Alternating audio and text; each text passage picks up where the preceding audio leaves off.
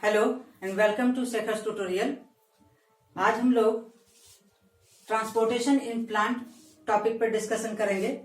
पिछले वीडियो में हमने इंट्रोडक्शन ऑफ ट्रांसपोर्टेशन लिया था, तो आज हम लोग इस टॉपिक को कंटिन्यू करते हुए इस बात पे फोकस पहले कर लें कि हमने इंडेक्स बॉक्स कुछ तैयार किए रखे है।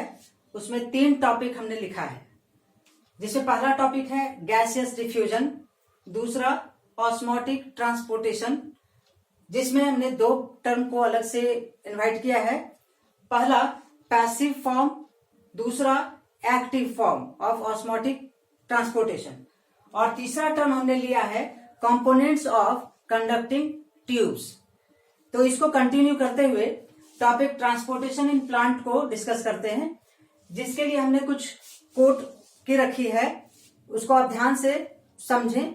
और इसमें हमने कहा है unlike some animals some materials pass in and out of plants through diffusion.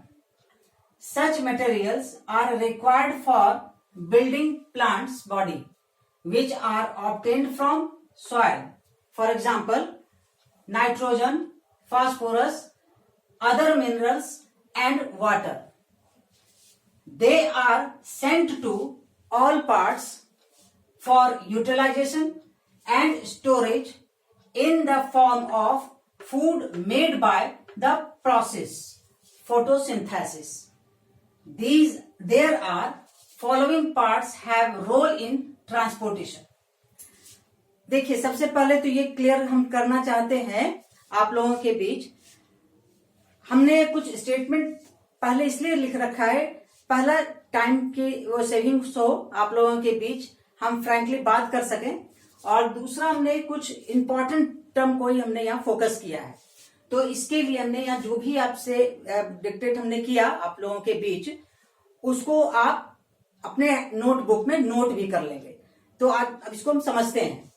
तो इसमें हमने कहा कि एनिमल्स की तरह प्लांट में ट्रांसपोर्टेशन प्रोसेस होता है, ठीक है। जिस तरह एनिमल्स में होता है इसी तरह प्लांट में भी होता है, लेकिन डिफरेंस प्लांट और एनिमल्स में यह है कि इसमें जो भी मटेरियल इसमें ट्रांसपोर्टेशन होता है वो सॉइल के थ्रू ये ऑब्टेन किया जाता है। मतलब वो डायरेक्ट वो किसी सर्कुलेटरी फ्लूइड में नहीं, वो वाटर की मदद से सॉइल से ऑब्टेन कर लिया जाता है। और कुछ पार्ट्स होते हैं प्लांट में जिसकी मदद से वो उसको एब्जॉर्ब करके और पूरे बॉडी पार्ट्स में उसको सप्लाई कर देता है।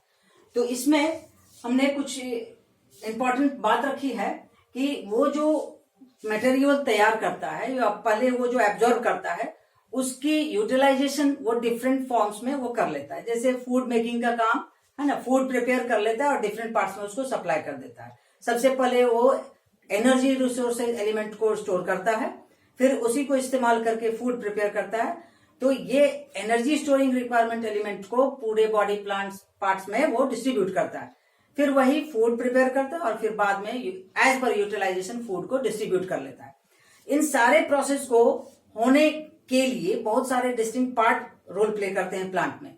तो हमने 3 सबसे पहले मैकेनिकल पार्ट के बारे में डिस्कस हमने किया है, स्टोमाटा के बारे में, लेंटिसेल्स और रूट। तो ये जो 2 पार्ट है स्टोमाटा और लेंटिसेल्स, स्टोमाटा तो हमने 9th में और लेंटिसेल्स भी हमने 9th में डिस्कशन किया था। स्टोमाटा लीफ का हिस्सा होता है जो मेनली ट्रांसपिरेशन में रोल प्ले करता है। इसी दौरान गैसियस डिफ्यूजन प्रोसेस होता है, और ये गैसियस डिफ्यूजन प्रोसेस में कार्बन डाइऑक्साइड का इनलेटिंग होना और ऑक्सीजन का रिलीजिंग आउट हो जाना। तो ऑक्सीजन रिलीज कर लेता है और कार्बन डाइऑक्साइड को यूज करके वो फूड प्रिपेयर कर लेता है। तो इस प्रोसेस को करने के लिए प्लांट डिफ्यूजन प्रोसेस करता है। डिफ्यूजन क्या होता है कि transfer of gases from higher concentrated region to the lower concentrated region. जहां ज्यादा कंसंट्रेशन होता है वहां से वो मूव करता है किसी लोअर रीजन में, ठीक है। तो बाहर सराउंडिंग का कार्बन डाइऑक्साइड का कंसंट्रेशन ज्यादा होता है और ये स्टोमाटा के थ्रू वो लीफ में एंटर करता है। स्टोमाटा का डिटेल स्ट्रक्चर हम डिस्कस इसलिए नहीं कर रहे हैं क्योंकि हम लोगों ने 8 में ही पढ़ा था, फिर रिपीटेटिवली उसको 9th में हमने पढ़ा। तो अब जैसे जैसे क्लासेस आपका वो आप ग्रो अप करते जाएंगे क्लास को, तो वैसे वैसे छोटे छोटे टर्म्स को हम लोग डिस्कस नहीं करते हैं। अब जरूरत पड़ेगी आप कमेंट बॉक्स में लिखिएगा, तो हम बाद में नेक्स्ट वीडियो में कर देंगे, या आप जूनियर क्लासेस के लेक्चर को देख लेंगे। नेक्स्ट है लेंटिसेल्स। लेंटिसेल्स भी ओपनिंग पोर है स्टेम का। अब नेक्स्ट है रूट। तो ये लेंटिसेल और स्टोमाटा वो डिफ्यूजन, गैसेस डिफ्यूजन में पार्टिसिपेट करता है, लेकिन रूट मेन काम करता है मिनरल्स को एब्जॉर्ब करने का। ठीक है, सॉइल में जो भी मिनरल्स है वो मिनरल्स हमने डिस्कस किया। यहाँ पे नाइट्रोजन है, फास्फोरस है, अदर मिनरल्स और वाटर है। तो वाटर में डिजोल्व फॉर्म में होता है, उस वक्त उसका कंसंट्रेशन ज्यादा होता है। तो उस ज्यादा कंसंट्रेशन की वजह से वो एक प्रोसेस लेता है, ऑस्मोटिक ट्रांसपोर्टेशन प्रोसेस।